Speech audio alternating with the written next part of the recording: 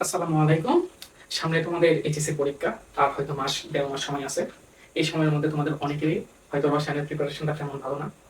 আমরা যে বিষয়গুলো নিয়ে চিন্তা করেছি সেটা হলো যে পরিমাণগত রসায়ন থেকে বা বিভিন্ন রসায়নের অন্য যে চ্যাপ্টারগুলো আছে এই প্রতিটা চ্যাপ্টার থেকে ইম্পোর্টেন্ট যে টপিকগুলো আছে সৃজনশীলের জন্য এই টপিকগুলো পড়ানোর চেষ্টা করব এবং পাশাপাশি এমসিকিউ এর বেসিকও এখানে দিয়ে দিব।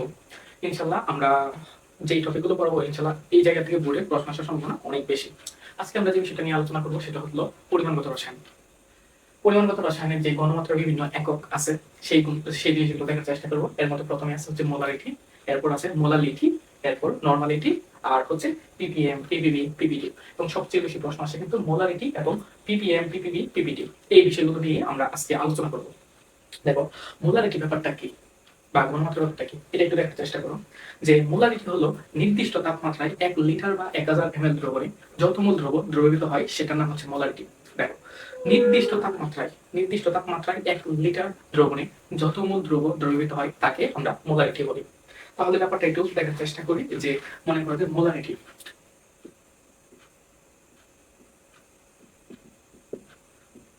দেখো মোলারিটির যে ব্যাপারটা অবশ্যই এটার জন্য তাপমাত্রা নির্দিষ্ট হতে হবে। তাপমাত্রার পরিবর্তনের সাপেক্ষে মোলারিটি পরিবর্তিত হয়।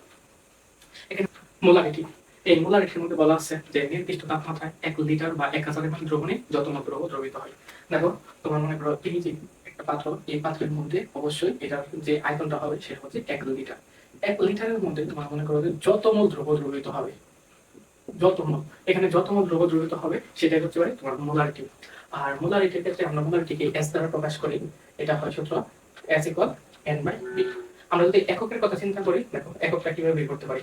দেখো মোলের যে এককটা, মোলের একক n মানে হচ্ছে মোল, আর মোলের একক হচ্ছে মোল, আর আয়তন একক হচ্ছে লিটার। তাহলে এই দুইটাকে আমরা একত্রে লিখতে পারি হচ্ছে মোল পার লিটার, এবং এটাকে আমরা ক্যাপিটাল M দ্বারা প্রকাশ করতে পারি, যেটাকে আমরা মোলার দ্রবণ বলি বা মোলার বলি। তাহলে দেখো এখান থেকে বোঝার বিষয় হচ্ছে নির্দিষ্ট তাপমাত্রায় ১ লিটার দ্রবণের মধ্যে যত মোল দ্রবীভূত হয় সেটা হচ্ছে মোলারিটি। এখন এই মোলারিটির মধ্যে বিভিন্ন একক হচ্ছে মোলালিটি। মোলালিটি হচ্ছে তোমার মনে করো যে ১ কেজি দ্রবণের মধ্যে যত মোল দ্রবীভূত হয়। আর নরমালিটির ব্যাপারটা নিয়ে আমরা আলোচনা করব, আর হচ্ছে পিপিএম, পিপিবি, পিপিটি। তাহলে আগে আমরা মোলারিটি কিভাবে নির্ণয় করতে হয় এই জিনিসগুলো একটু আমরা দেখার চেষ্টা করি। দেখো মোলারিটি বের করতে গেলে মোলারিটির সূত্র হচ্ছে S = W * ১,০০০ ডিভাইডেড বাই হচ্ছে MB। এবং এখান থেকে এটা হচ্ছে আমাদের সূত্র, এই সূত্রটা একটু মাথায় রাখতে হবে। এস এর যে পরিচয়, এস এর পরিচয় হচ্ছে তোমার মোলারিটি, এবং ডব্লিউ এর যে পরিচয় সেটা হচ্ছে দ্রবের ভর। ডব্লিউ মানে হচ্ছে দ্রবের ভর,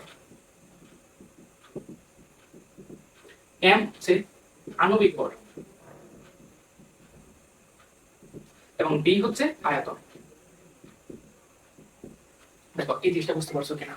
এখানে হচ্ছে মোলারিটি সূত্র হচ্ছে এস হচ্ছে মোলারিটি বা ঘনমাত্রা, ডব্লিউ ইনটু ১,০০০ ডিভাইডেড বাই হচ্ছে এমবি। ঠিক আছে ভাই?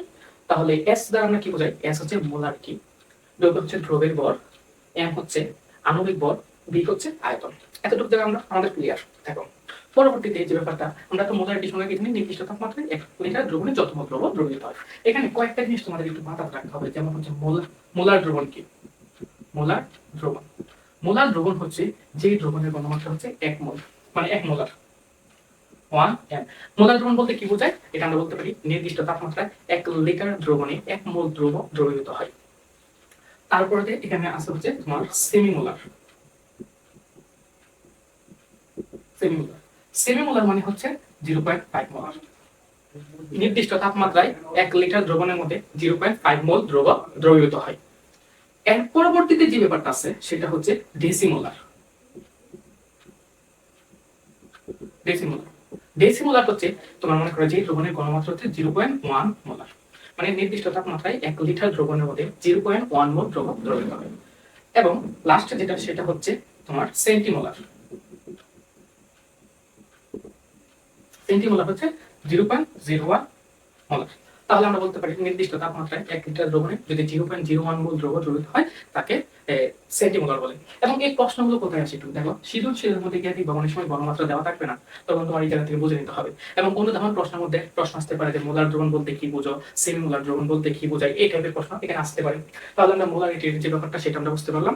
এবং ব্যাপারটা হচ্ছে আরেকটা জিনিস আছে, সেটা হচ্ছে তোমার পার্সেন্ট দ্রবণ। অনেক সময় আমরা পার্সেন্ট দ্রবণ বুঝি না, যেমন অনেক সময় লেখা থাকে হচ্ছে এরকম লেখা থাকে, যেমন হ্যাঁ, ডব্লিউ বাই বি পার্সেন্ট বলতে কি বোঝো? হ্যাঁ, কি বোঝো? অনেক সময় এই জিনিসটা লেখা থাকে, আমরা অনেকেরা এটা বুঝতে পারি না। পার্সেন্ট দ্রবণ বলতে বোঝায় হচ্ছে 1,100 ml, মানে 100 ml দ্রবণে যত গ্রাম দ্রবণ আছে। মানে যদি আমি এই জায়গাটার মধ্যে কোথাও যদি আমি লিখি যে 4% ডব্লিউ বাই বি, এটার মিনিং কি ভাই? এটার ক্ষেত্রে হচ্ছে তোমার ডব্লিউর মান হচ্ছে 4 গ্রাম, এবং এখানে যে আয়তন, এই আয়তন হবে হচ্ছে 100 ml। এই জিনিসটা ভাই তোমার কাছে রাখতে হবে। আমরা অনেকেরা এই পার্সেন্ট দ্রবণ দেখলে ভয় পাই, ঘনমাত্রা বের করতে পারি না। এখন আমার যে কাজটা থাকবে সেটা হচ্ছে কিভাবে ঘনমাত্রা বের করতে হয়। ঘনমাত্রা বের করার পরবর্তীতে আমরা দেখবো যে কিভাবে ঘনমাত্রাটা বিভিন্ন এককে আমরা কনভার্ট করতে পারি। যেমন মোস্ট ইম্পর্টেন্ট হচ্ছে পিপিএম, পিপিবি, পিপিটি। প্রতি বছরে কোনো না কোনো বোর্ডে এই জায়গা থেকে প্রশ্ন আসে, এবং অনেকেরা এই প্রশ্নগুলো মানে একটু গালায় ফেলে এটা কিভাবে সলভ করবে। ইনশাল্লাহ ভাই, যদি যে বেসিক গুলো দিয়ে দিব ইনশাল্লাহ তোমরা সবগুলো প্রশ্ন পারার কথা আমার বিশ্বাস। আচ্ছা, পরবর্তীতে আমরা এই জায়গাতে কিছু ম্যাথ করার চেষ্টা করি, দেখি আমরা পারি কিনা।